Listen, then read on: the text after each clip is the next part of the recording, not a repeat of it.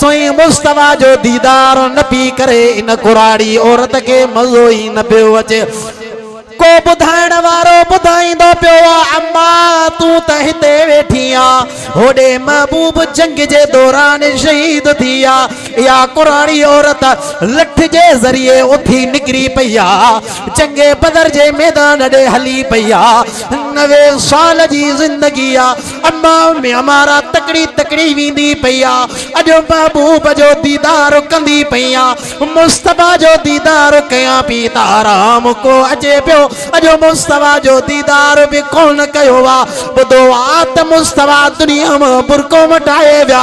रस्ते ते हिकड़ो नौजवान मिलो ओ अम्मा अम्मा काडे वींदी पई आ अम्मा चवंदी पई आ ओ नौजवान हटी वनो मां पंहिंजे महबूब जे दीदार जे लाइ निकती आ।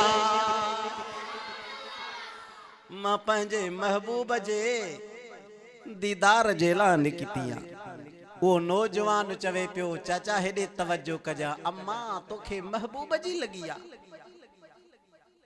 इन जंग जे दौरान तू जो पुत्र शहीद थी वियो अम्मा तोखे पुत्र जी परवाह न आहे तोखे मोहम्मद करीम जी परवाह आ।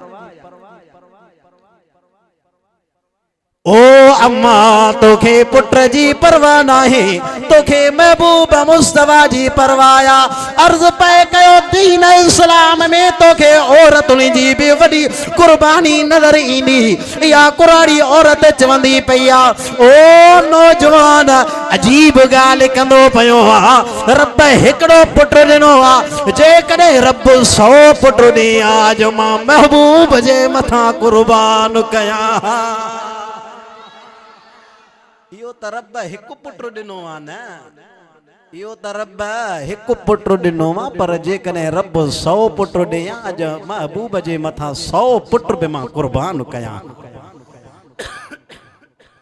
कुराड़ी औरत हली पई आ जंग जे दौरान वींदी पई आ। वरी रस्ते ते ॿियो नौजवान अम्मा काॾे वींदी पई आ। रस्ते ते ॿियो नौजवान मिलियो अम्मा काॾे। कुराड़ी औरत चवंदी पई आ ओ नौजवान महबूब जे दीदार जे ला जंग जे दौरान जंगे बदर दे हली पई आ। ओ नौजवान चवंदो पियो आ अम्मा तोखे मुस्तफा जी परवाह आ जंग जे दौरान तू जो मुड़स शहीद थियो तोखे मुस्त जी परवाह नाहे। या कुराड़ी औरत जा अल्फाज ॿुधजा छो जो अर्ज पे कयो दीन इस्लाम में औरतुनि जी भी तोखे वडी कुर्बानी नजर ईंदी। अम्मा उम्मे अमारा चवंदी पई आ ओ नौजवान रब करीम मूंखे पुत्र ॾिना अजो पुत्र मुस्तफा जे मथां कुर्बान करे छॾिया। यारा जेकॾहिं मुड़स जी ॻाल्हि आ हा इहो त दुनिया जे अंदर मुड़स सां त मुंहिंजी वॾी मोहब्बत हुई वॾो प्यार हो पर बच्चा त कुर्बान कया अज मां मुड़स बि महबूब जे मथां कुर्बान कयो आ। मुड़स बि महबूब जे मथां कुर्बान कयो हटी वन मां पंहिंजे महबूब जे दीदार जे लाइ निकती आ। ही सतायल अखियूं जेसि ताईं महबूब जो दीदार न कंदी वन त मज़ो न ईंदो। हली करे इहा कुराड़ी औरत जंग जे मैदान ते पहुती। साहबी जी नजर पइजी वई साहबी डुकंदो आयो अम्मा हेॾी काॾे हेॾे त जंग हलंदी पई आ। अम्मा चवंदी पई आ महबूब जा सहाबी जंग त हले पई पर पतो पयो हो मुंहिंजो महबूब दुनिया मां हलियो वियो मां महबूब जे दीदार जे लाइ आई आहियां। सहाबी अखियुनि मां लुढ़क हारे करे चवंदो पियो आ ओ अम्मा अम्मा महबूब शहीद त कोन थिया महबूब जख्मी थी पया ज़ालिमन शैतान यहूद ने गाल हुलाई महबूब त जख्मी थिया।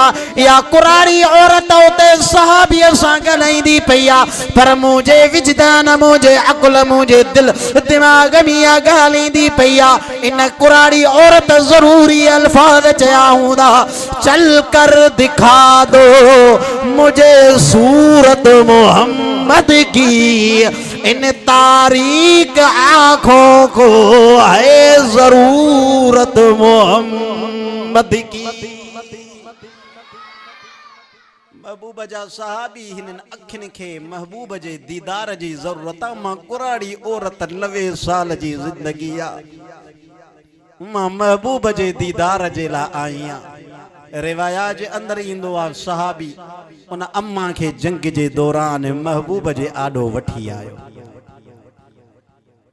इहा कुराड़ी औरत महबूब जे कदमन में किरिया। ओ मिठड़ा मोहम्मद करीम ज़ालिमन गाल हुलाई त तवां त दुनिया मां हलिया वियो।